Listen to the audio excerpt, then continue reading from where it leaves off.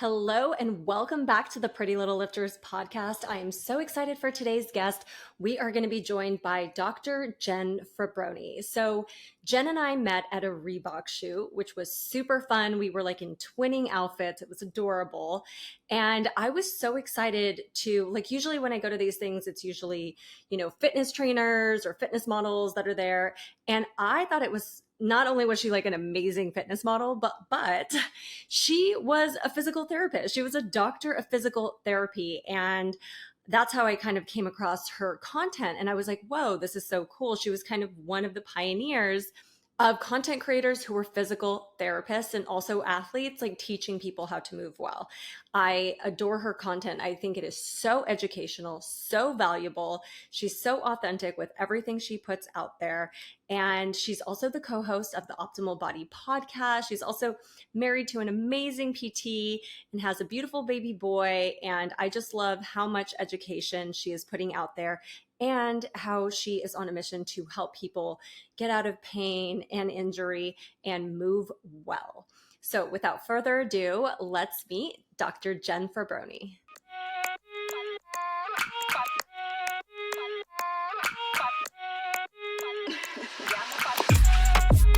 Welcome to the podcast, Jen.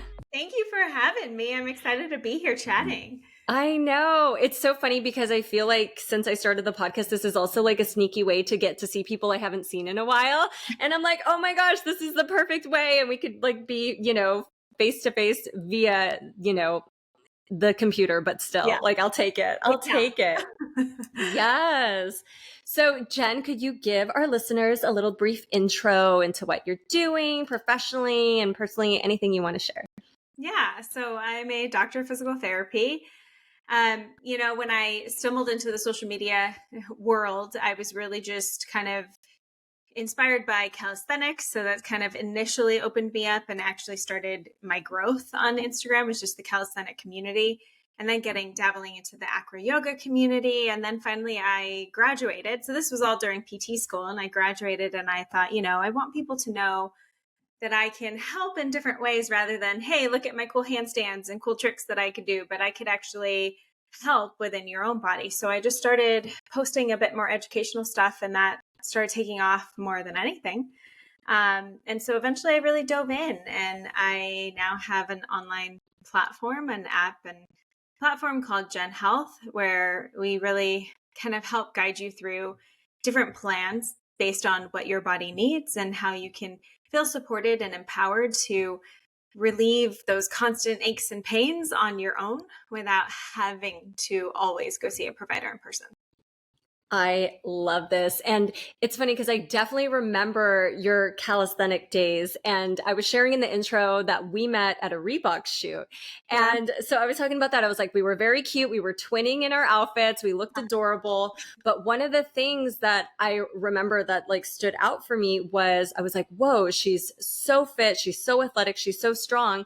But then on top of that, I learned that you were like, you had just become a doctor, finished school, and you were PT. And I was like, and that's kind of, I think, when you were starting to like share more content. And I was like, this is so cool, because I do think you were kind of one of the pioneers of this, like, because we think of like PTs like being in an office or like a hospital working in that setting.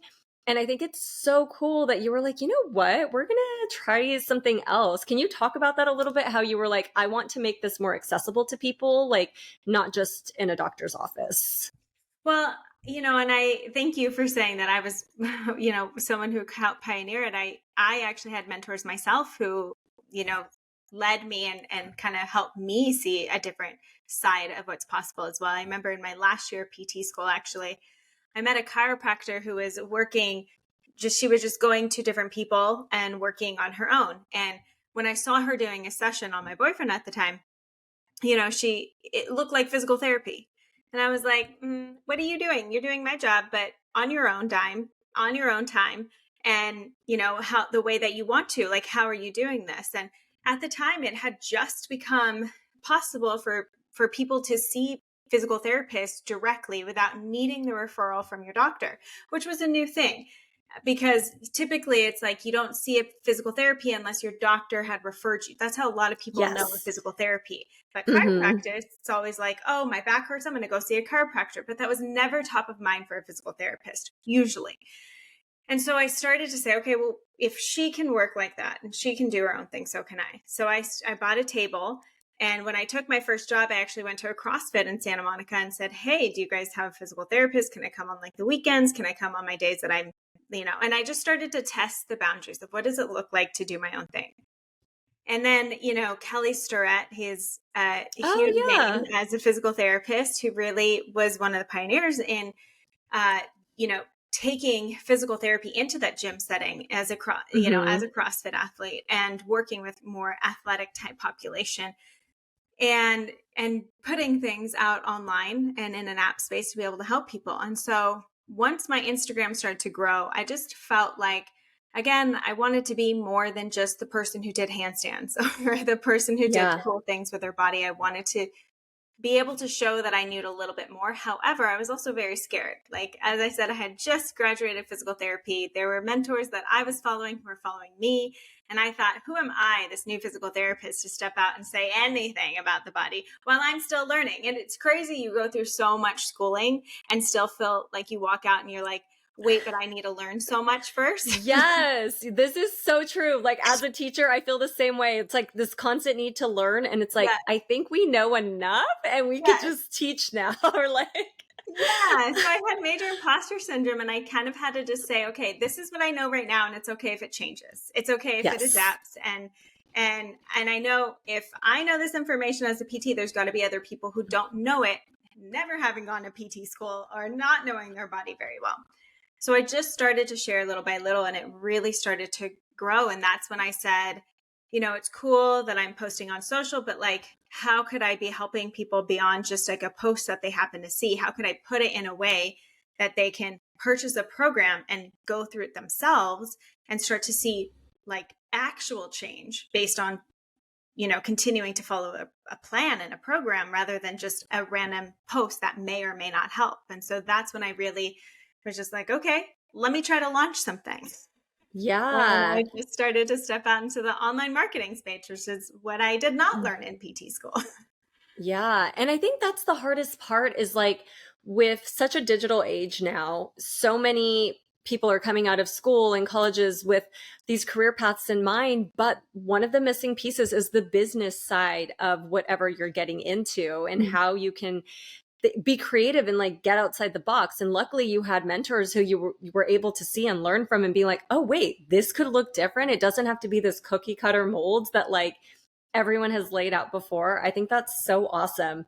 Um, One thing that I think is really cool as someone who works out regularly and is also a trainer is I love that PTs are becoming more accessible. Like you mentioned, I usually would have to get a doctor referral and it's like this whole process and I was like I just want to see somebody this week. Like I don't Right. want to go through this whole thing. And I love that you were talking about how you were in a CrossFit gym and like I think that's becoming more popular and it's like yeah, let's make this a wellness hub. Let's have access to all of this. Yeah. And I think that's what's the coolest thing. Like knowing that. So when I started seeing people in person, I would essentially charge cash base because me as a solo PT, I wasn't going to go through the whole insurance route and billing and all of that. I was like, listen, I can submit to an insurance or I can give you a thing that you can submit yourself, but I'm not going to do it. So I started kind of working with people cash base and my prices, as I continue to get more in demand, they just started to raise because I didn't have the capacity to be able to take on so many people. Yeah. But now that we have a platform, we have dropped prices significant. Like thinking back, so when I stopped seeing patients in person, I was charging about $275. That's Hmm. for the first time, and then after that, it would be a little bit lower. But that's a significant price to come pay for someone. Hmm. But my online yearly membership is $179. So it's That is amazing. 11 Like, plans for me, really getting like my whole brain. It's more than I can provide anyone within hmm a few sessions, right? So it's like, how could I really put it out there in a way that makes it more accessible? And I understand it's not personalized, right? So you're not getting that touch point for me, but you're getting so much education that I promise if you go Yeah. through it, you're going to learn something about your body. And that's what I wanted to provide people. It's like, whatever you learn here, I want you to be able to apply that to any workout that you go take or anything that you go do. Like, I want you to hear my voice kind of in your head of Yes. like kind of coaching you and understanding your own body in that way. I love that. And that just gets me thinking too about like right now in our society, like we are very sedentary. Like even if you go work out an hour a day, like are you at a desk job for the other 8 hours of your day just sitting? Like it's, and we're, in these unnatural positions. And let's be real, the first thing that probably people don't do is like mobility and stretching. Yeah. And you are the queen of mobility and stretching. So, like, why should we, everyone, be making time for this at every age? Well, first of all, it doesn't have to take as much time as people think.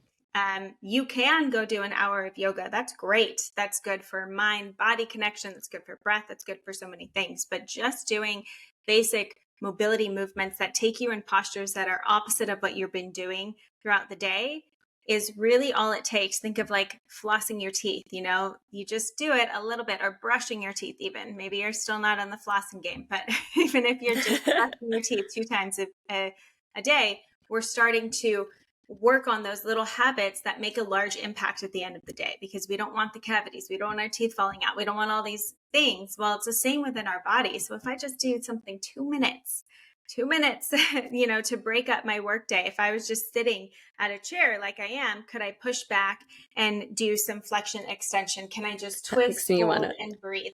Can I put my body in a slightly different position than I've been doing all day long? And it doesn't have to take much time. And really, your body adapts to the positions that we're putting it over time. And it's not that that's bad, that's natural and that's normal. But if you're not giving your body an opportunity to see something different, well, then we're not exposing, we're starting to lose range of motion. We're going to get stiffer. We're going to get tighter. And pain speaks more intensely when we're weaker and we're stiffer. The brain is what's interpreting pain, and if we have more fluidity through our body, if we're not so inflamed, if we're not so stiff, pain is not going to speak as loudly. If we're stronger, when we go and we do awkward movements of lifting things, because it's going to happen through life, we're going to be able to bounce back from that a lot sooner. Pain is inevitable in life, but how we manage it determines whether we're going to suffer or we're going to thrive. And I think that's what, is really important. Like, I think one of the cool things too, I was talking about this, like there's the documentary on Netflix, Live to 100. And it's all about the Oh, blue. yeah. I started watching that. Uh-huh. It's all about the blue zones, right? And it's not the reality that they're going to live to 100 and not have any pain within their body. Yeah. Not at all. But they're not just working at a job. They're coming home and they're gardening and they're putting their joints in their end range of motion, and they're doing things that requires a lot more than just sitting in a chair. It requires you to squat down to Yes. the floor, to have the muscle strength to get up from the ground, to put your body in a bunch of different positions. So it's really like, how much are you switching up throughout the day to reverse every single day? Not just, now I feel like I have the neck hump, now I need to do something. Well, how do I start preventing that in the first place? Yeah, and this is so important. I'm so glad you mentioned this, Jen, that it's not like, okay, I have to do like 10 minutes a day, set my timer for mobility. It's like you're saying, like, hey, just throughout your day, like, oh, are you sitting? Do some cat cows. And it's funny because I kind of started doing that and I love it. Like, I have to, like, my body craves it now. So it's like, oh, I've been sitting too long. I'll switch it up and I'll stand. Like, oh, I noticed my neck's coming out. I'll kind of like do a little tuck. And you're so right. Like, waiting until something's wrong. And, I work with students who are on devices quite often, as we know. And like, I'm already starting to see things like I'm seeing a lot of this, like the head extended, and I'm just like, oh, wow, the rounded shoulders. So sometimes we'll be sitting in class and I'm in the lesson and I'm like, okay, everyone, I want you to just like open up your chest, and it'll just be like quick little moments. And then all of a sudden they'll be like, oh my gosh, like I didn't even realize I was like rounding. It's like, we don't even realize Yeah. it. We don't. And that's the reality. So Yeah. creating new little habits of like just becoming more aware. I think that's beautiful what you said is just becoming more aware of what we're doing throughout the day so that we can start to switch it up and listening to your body. That's how you start to learn how to listen to your body is by starting to see those little cues of like, what can I do? Oh, I'm falling forward. Okay, what can I do to change that up? And it's not that a posture is bad, but not changing that posture and position is what then becomes bad because we adapt to that position. So the best posture is truly the next one that we can do. It's Ooh, not I just like that. one perfect posture because then we stiffen in our body and we create this rigidity that's also, we don't want to live there. We want to be fluid Yeah. within our body. So creating more opportunities for that fluidness is what's going to be most important. Yeah, no, that's great. I want to talk a little bit about pain. Like you said, it's inevitable. Like it's something that I would say since like 2020, I've kind of been like, it's been a roller coaster of different things, whether it was like a herniation I had, then that healed, and then it turned into a disc bulge, L4 and L5. And it happening to me personally really got me thinking about like, wow, like how much pain can affect your mood, your quality of life, your day to day, like people being grumpy and not even realizing this is why I'm grumpy because I literally don't feel good in my body. Yeah. And it just like really, made me think about just how important it is to get out of pain and injury, but also like have these moments of like mobility and stuff. And like, what would you tell people who are in pain or injury? Like, what kind of things would you tell them, like for motivation to stay consistent or like to get out of it? Like, what do you suggest? Well, I say, first of all, look at you. You have gone through these episodes of pain and here you are able to move again and feel good again. And you talk about it in a past tense. I think Hmm. sharing your story and being able to say, I had this is one of the most powerful things that others can hear. Because what Hmm. most people internalize when they have a pain is, I have this. This is who I am now. And it's Yeah. not going to be that way. And even if it is, it doesn't matter. I have scoliosis. That doesn't dictate my back. That doesn't tell me when I'm going to have pain. It doesn't matter. It's just a structural type of my body. That's what it is. And when we look at asymptomatic individuals, so people who have no pain, there's a study, and I wish I had the exact numbers, but it's like 20-year-olds, it's like, I want to say it was already like 20% of the 20-year-olds could have an image and see something happening within their disc, like a disc herniation, a disc bulge. Wow. And then it only goes up from there, right? Once we hit Yeah. 60s, it's like 50% of people or 60% of people we're going to see. So it increases with age, but that tells you that there are people who are living with these disc issues who have no symptoms at all.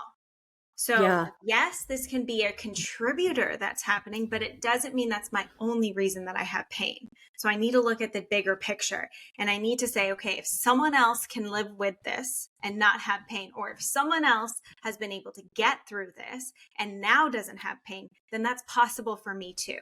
I think one of the Mm. worst things that we hear sometimes from doctors, unfortunately, is, oh, if that hurts, don't do it anymore. Or, oh, Yes. Oh my you're gosh. it's the word. It's my least favorite thing. Or, oh, you're biking? Well, you're 40 years old. You probably shouldn't be riding a bike because that puts you in a rounded position. And I'm like, I'm sorry. Do you see 80-year-olds biking? Do you see 70-year-olds biking? You're 40. That's too old now. And I've heard this message over and over and over again.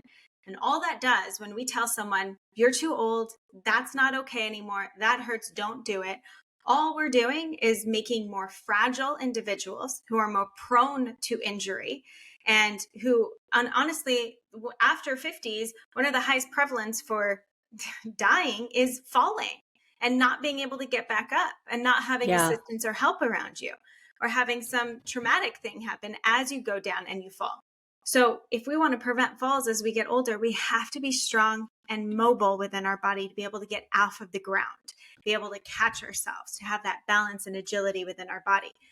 So do the opposite if you've ever been told, oh, if that hurts, don't do it. No, it doesn't mean don't do it. It said, okay, how can I adapt the movement to what I can do currently for my body right now? because no movement. I mean, sometimes in the very beginning of injury, we might need to rest for a minute. But after a little bit of rest, that's not going to get you better. What Yeah. caused that issue in the first place? The disc herniation didn't just happen overnight because I picked something up. It probably most likely was building up over time. And so how can I get to a more root cause of opening up my hips a little bit more, working on, my breath pattern as I lift, or doing something different that's going to create a different result. And so it's starting to say, okay, if I'm having pain in this motion, how can I change that motion or change the weight so I can do something a little bit different? But I don't stop moving. The fear of movement we see really creates a higher prevalence for pain, disability, and not and living with that pain or injury much longer.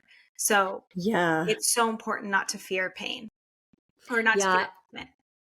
And I am so glad you touched on not fearing movement because one, I've worked with teens and I've worked with adults who have had past injuries and they're like, I can't do that. And I'm like, you're walking every day around campus. Like, what do you mean? Like you are moving. And then I've also worked with adults who are like, oh, I hurt myself doing this. I can't put anything overhead. I'm like, ever? What are you going to do when you're picking up a kid or you're putting something on the shelf that's like a little heavy? So when I had my first issue, or the disc, I think it was the disc bulge, which like I know I'm still dealing with, but I remember the first doctor I saw was like, no anything, like no running, no squatting, no this, no that. And I was like, what? Like, Mhm. so don't move and live, like Yeah, basically. exactly.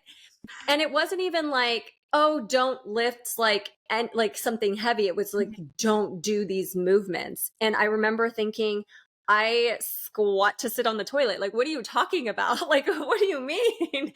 This can't just like disappear from my daily movement of life. And I do think it's important. And I do understand and want to validate, like, it is scary after you've done It is. something. Like, oh my gosh, when I had my disc herniation, I was so scared to hang from a bar.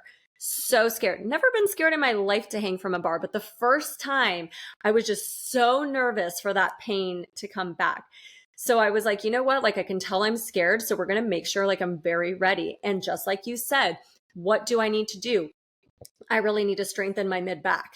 Like, I was like, we're going to strengthen my mid back so I feel very solid when I do this. And then I did it and everything was fine. Like, everything was okay. And sometimes it's just getting over that initial hump. But I definitely think like I easily could have been like, I am never doing anything upper body again because Mhm. that made this happen. But like you said, this is probably something that was happening for a while in the mix, maybe some bad movement pattern, maybe something I did. And now it's time to like course correct, but still do the movement? Yes, yes. There's so many ways to modify movements. And I think that's what's so important, to realize and learn how to do. And sometimes that's when it's necessary to work with a professional if you don't understand how you Yes. can do it yourself. Like, and I love that you said, well, I need to squat on a toilet. I need, that's what drives Yeah. me wild when it's like, well, don't ever let your knees pass your toes, or, oh, you have bad knees, don't bend down anymore. And it's like, how are you going to Hmm. live? You have to go downstairs, go upstairs. Yeah. Like, the less we use something, the more damaged it then becomes. That's when the Yeah. damage really starts, is when we stop using it. But the more we use something, the more we use it within full range of motion, loading it in all different ways, the stronger and the more resilient we become. And it's so important to change our relationship with pain and know that pain isn't just structural, what's happening within our body. So our brain, again, is interpreting this pain. So how we're powering our brain matters. How we're Yes. sleeping, how we're hydrating, how we're stress relieving, how we are getting, community support and whatever people around us that we need to feel that support. All of these factors really do play a role in pain. And some people will notice that they've had more intense pain when they go through different life challenges, or a big Mm. trauma happened in life. They lost someone, and all of a sudden your pain starts to really talk to you in a lot bigger way. That's an amazing thing to start to acknowledge, because then my Yeah. body is safe. It's just feeling a little stressed. And I think also pregnancy was such a cool thing to kind of show me Yes. this, because your body's going through so many changes that feel Hmm. foreign to my brain. There's a lot more movement that's happening. There's hormones that are creating a lot more movement, and so getting off the couch and feeling like an intense ping into my pelvis, I'd be like, okay, cool. That's because I have more movement here and my body's not used to it. And I'm strong, I'm capable, no, nothing's wrong. I take a couple steps, it goes away. And it's that acknowledgement. I remember even I was going on long walks and kind of hiking, and I started to get a sciatic pain down my leg. And I said, okay, I'm probably overdoing it. But also, my dad was going through cancer treatment. There was a lot happening emotionally, so much Yeah. happening in my personal life. So I knew that played a role. I then decided to walk back instead of continuing the hike, and did some things for my body, but more things for my stress levels and for my mental health. And the pain went away. Oh And my gosh, that's amazing. that's where, just being able to start to acknowledge those times, whether it's journaling it and seeing it like, okay, yep, this is happening. This is probably why I'm feeling it a little bit more. And telling yourself it's okay. Your brain is just is signaling that either something needs to change, or ultimately your body is trying to protect you. Yeah. That is the reason we have pain. It's trying to protect you from something. So it could just be that you need a little bit more, rest, reconnection, or there's some stressor coming on in life. Yeah, no, I think this is so important because we have this mind body connection, like 100%. And you, instead of freaking out and being like, oh my gosh, I need to not walk. Like, what am I doing? Like, I need to just do nothing or just stretch. Like, you were like, wait a minute, like checking in with yourself. Like, what am I feeling? What am I stressed about? What's weighing heavy on me? And okay, let's go back and work on these things. And I think if more of us could start doing that, it would make the pain a little less scary. I like to think of it, and I tell my students too, like to be like a detective. And Yeah. it's like, what's going on? Let's investigate. Like, what is this? Like last week, I had a very challenging back week. And I was like, oh my gosh, like last week was just so challenging. The week before I felt pretty good. And I was like, okay, what was it? Because I easily could have said, I'm stopping my workouts. Like I got to do something else. This is not working for me. But then I was like, wait a minute, what kind of movements was I doing? And I was doing a lot of hinging. And I Mhm. was like, ooh, we're doing a lot of hinging, like maybe a little too much. And I may need to pump the brakes on that. And I was going very fast. So like for me, it was like, okay, the movement is still safe. It's okay. But we're going to not hinge this week. We're going to Yeah. sub it with something else. And I think having those moments just where like you step back and like, I also had a busy week and I had a lot on my Mhm. plate, and stepping back and being like, what's going on, instead of just like immediately canceling things, fearing everything, and then never really investigating like the bottom line. Mhm. I know. And I think what's hard is the moment we feel it, we want to make it go away. And I get that. But Hmm. I'm so impatient. I am that. I'm I like, know. go away. I want it gone yesterday. Like my Yeah. husband's I like, don't have you time gotta for this. chill. What is this? Yes. Oh my I God. know. Literally yesterday, he was like, you gotta chill. This is gonna take a while, Tiffany. I was like, I know, but I want it gone now. I know. I hear you. And so like that's like I felt like busy moms were like the people that I loved working with, because they'd be like, nope, it needs to go like right now, yesterday. Like I don't have time for this. It's like, Yep. and I'm like, I get it.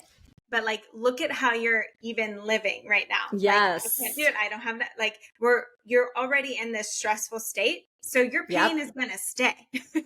because It's we're like, only oh, you're revved up? yeah, Okay. really ramped up even more. So you have to add in some down regulation, de-stressful practices, because not only is it good for your pain, but it's good for your mental health as well. Yeah. And one thing like I really love too is with like the type of posts that you do on like your Instagram, for example, you will show like I watched one the other day for I was like, ooh, my back, like when I was having back issues, I was like, let's see what she's got for me. But like for example, you're like, oh, having lower back pain, and you're like offering like movement and stretching to help it. You're like, don't, it's not like you don't do anything. So I Yeah. think it's great. So I know we have people who are also dealing with familiar things, like when it comes to pain and injury, like that's why I think your posts are so educational and stuff, because you're offering like, let me show you how to do this. And of course, like your form is always like impeccable. So it's just like, I think that's really important for people to see, you know? Yeah. Yeah. Thank you.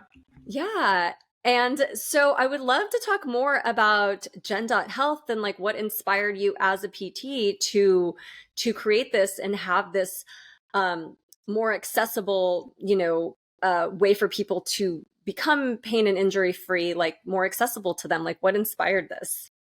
Well, first of all, I originally in 2017 came out with a program called the Mobility Method, which I was very proud of. People want mobility out of me. That's what they see. That's what they know me for. So that's what I put a program out about, which was great. And it was all these different sections of the body, all these different videos. You had a ton of self-assessments. You can go through all the things. The issue with it is that it didn't lead people.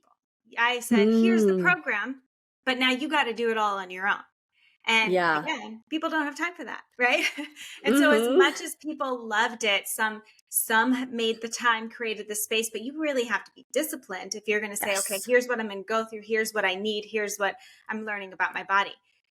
And same, we also had the Optimal Body, which was like more of a membership type that I would release, some workouts of core and home workouts plus mobility and like muscle activations, things that continue to learn about your body every month.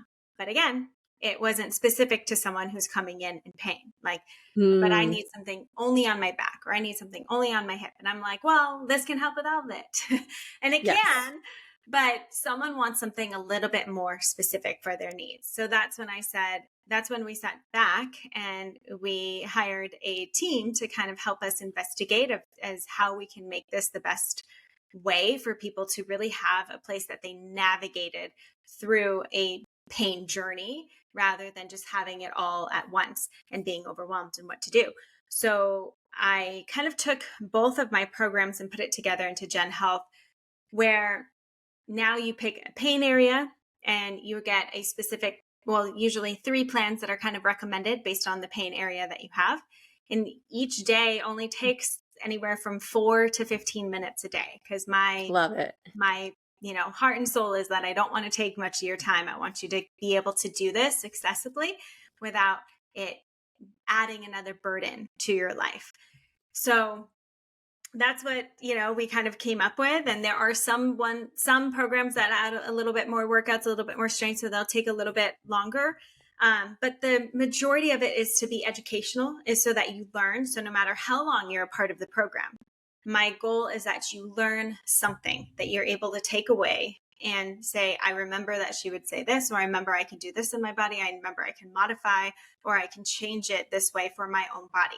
So I don't want you to just do the movements. I want you to understand the movement within your own body. I don't want you to look like me. I want you to discover what you need for your body. And so that's why they're full videos.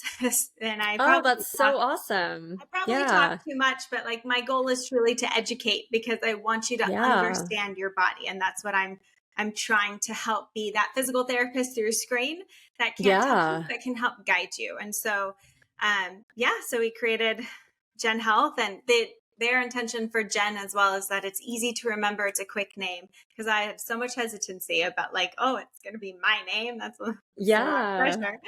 But because it's quick, it's easy. Oh, have you tried Jen? It can get you out of pain, that kind of thing. Yeah, I love it. That's so awesome. And I love to see kind of this, progression that you've had, and you're so good about taking action and creating things for your audience. And really, I think it comes from the place like you really want to help people, and educate them. And I think that's so awesome. So this is a place that anybody can access and, purchase a membership to, and the program.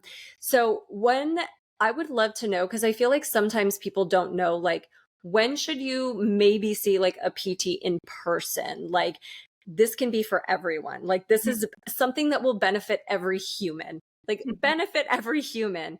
But at some point, like if there's somebody who has something else going on, like when would you recommend for them to like, hey, you should probably make an appointment with the PT? If you're feeling kind of radiating pain, numbness, tingling, sharp burning, those kinds of sensations, I would highly recommend going to see a physical therapist first prior to getting an MRI, because you might not need a further intervention or to use more of your insurance on something that's not necessary or pay more out of pocket.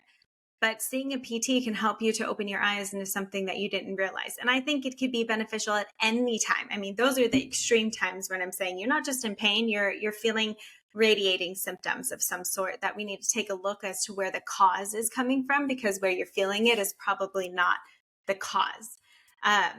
So, I say it's always beneficial to see someone, and because they're going to point things out that you had no idea what was going on.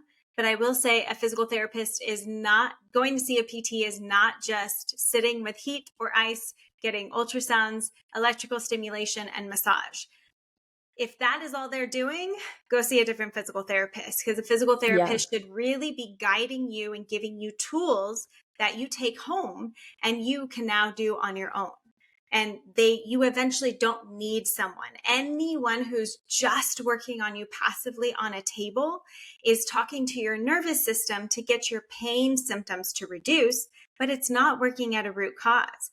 Anything that I do to you cannot, unless I'm going in as a surgeon with scissors that is cutting something, I'm not breaking up fascia, I'm not releasing scar tissue, I'm not putting anything back into place. I can't do that with my hands. We are not that magical. It's not happening. So it's okay to do if you need something to help reduce those symptoms initially so you can get back to movement. But ultimately, you should only be seeing a practitioner who's going to guide you and provide you tools that you can use on your own.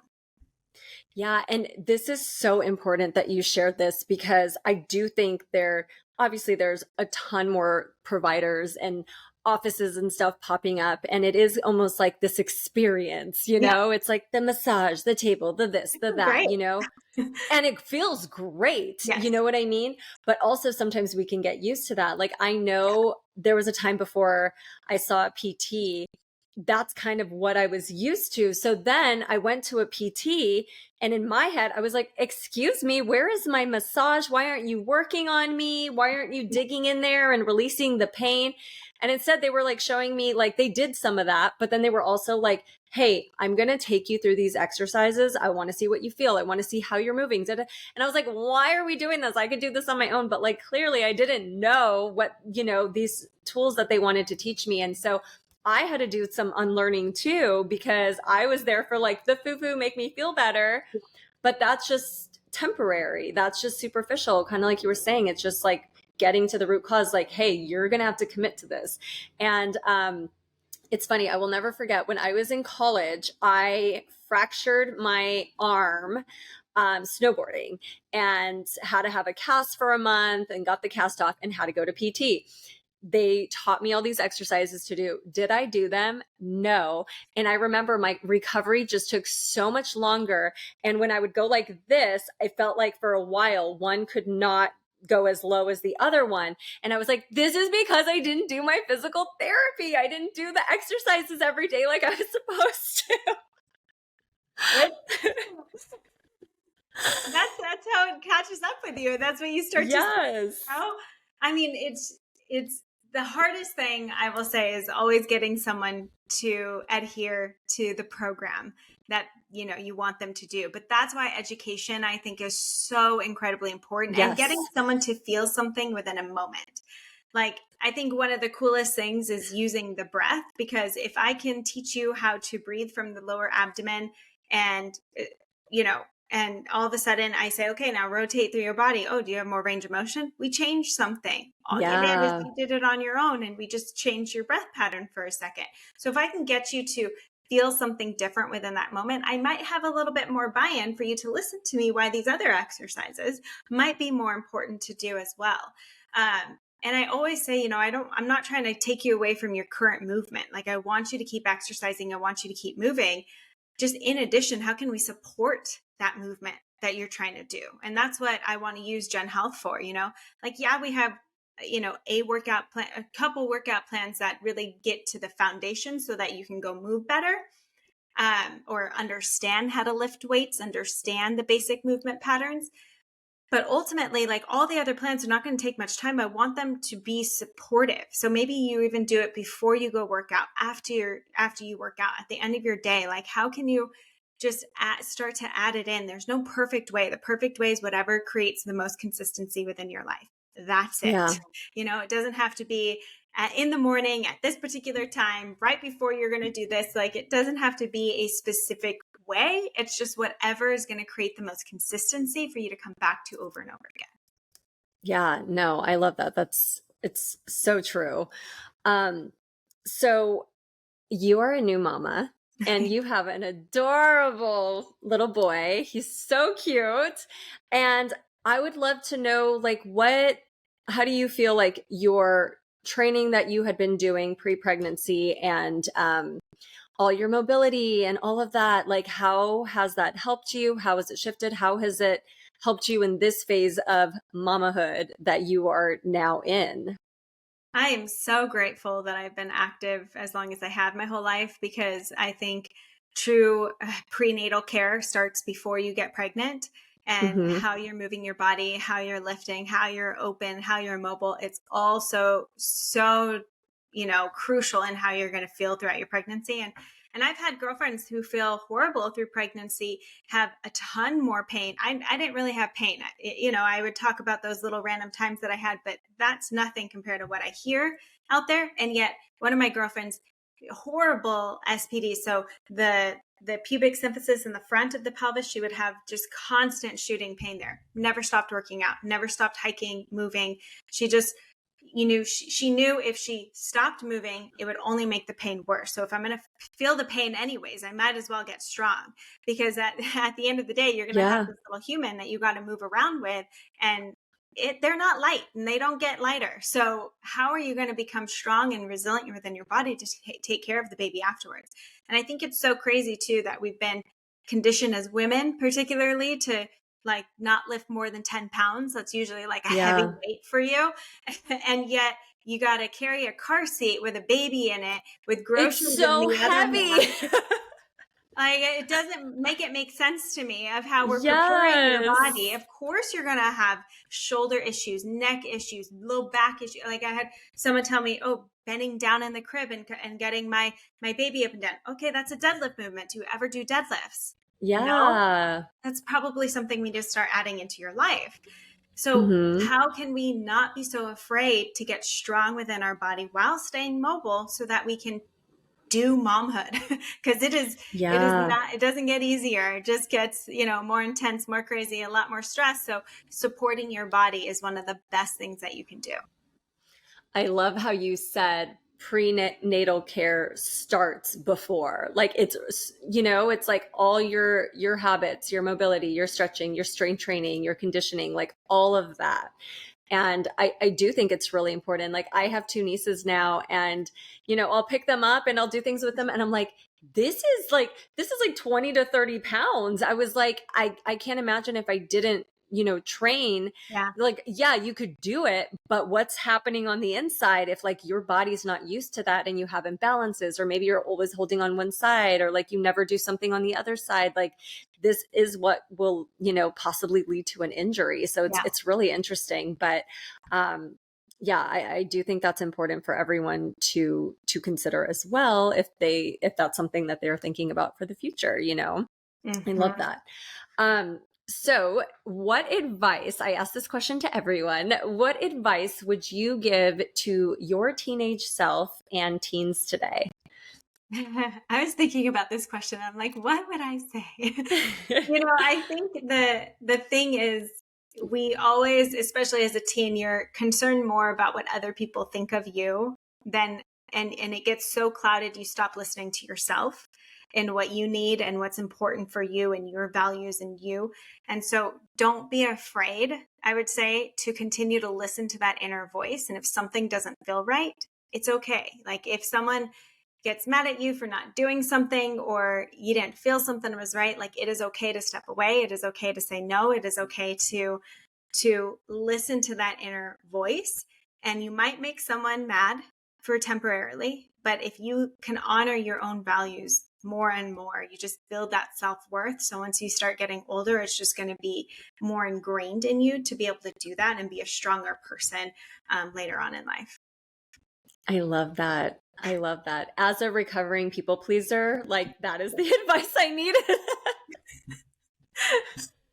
Totally. Just like being afraid to like make people upset or to hurt somebody's feelings, like even if that wasn't the intention, and standing up for yourself, like when you knew, like deep in your gut, you're like, this doesn't feel right, or I feel like I should say this. And like now kind of as an adult stepping into that power more, it's like, yeah, I do wish I had that advice when I was a teen. I love that. Thank you for sharing that. It's so good. All right, Jen, so how can we support you? Where can we direct people to your awesome programs and your podcast? We want to give you all the love. Thank you. I do have a podcast with my husband, who's also a doctor of physical therapy, and it's called the Optimal Body Podcast. And we try to, help understand where these pains and diagnoses are coming from, what their current research is saying, what you should really focus on within your body. And we interview some really awesome guests as well, which we'd love to have you on the podcast. I would love to. And we also, Jen Health, you could try a free week and explore some of the programs. We have 11 different programs available, each with various phases, so that once you finish phase 1, you can go to phase 2, phase 3, and continue progressing within your body. And we also have one-off courses. If you're like, I'm not ready for a membership, but I want to understand more about my pelvic floor, or I want to understand more about my foot health, I've been having plantar fasciitis. Like, we have individual courses as well, where you can really dive in and self-assess what's going on and get to a deeper root cause of what you might need to be focusing on within your body. So we have those available all on Jen Health, jen.health. I love this. These are such great resources, everyone. I hope you check them out. Like, I am definitely going to look into, because I did when you had the optimal body one, and I did those videos when you had that, and I would do your challenges. Yes. But I do think like I said, I feel like we put so much emphasis on like the training part of it, but like this really is the foundation. Like, this kind of stuff is the foundation. And now that I'm 40 and I'm looking back to like how I was training the last couple of years, like I was like, I just needed a little bit more of this. And like maybe some of the issues that I am having now wouldn't have happened. So I do think that everyone really does need to prioritize moving correctly with good form and mobility and stretching, because it is the one thing I just feel like will help our body, like for the long run, so that we can keep doing the lifting, the running, and all whatever else we want to do. And I'm definitely, been trying to make it more of a priority. So thank you so much I know you are a busy mama and a businesswoman, and I appreciate you, giving your time here so that we could learn more about this and all the awesome things that you do. Yeah. Thank you for having me. I appreciate it. Well, I will share all of Jen's stuff in the show notes. And once again, thank you for being here, Jen. We're so grateful for you, and everyone else. We will talk to you next episode. Bye.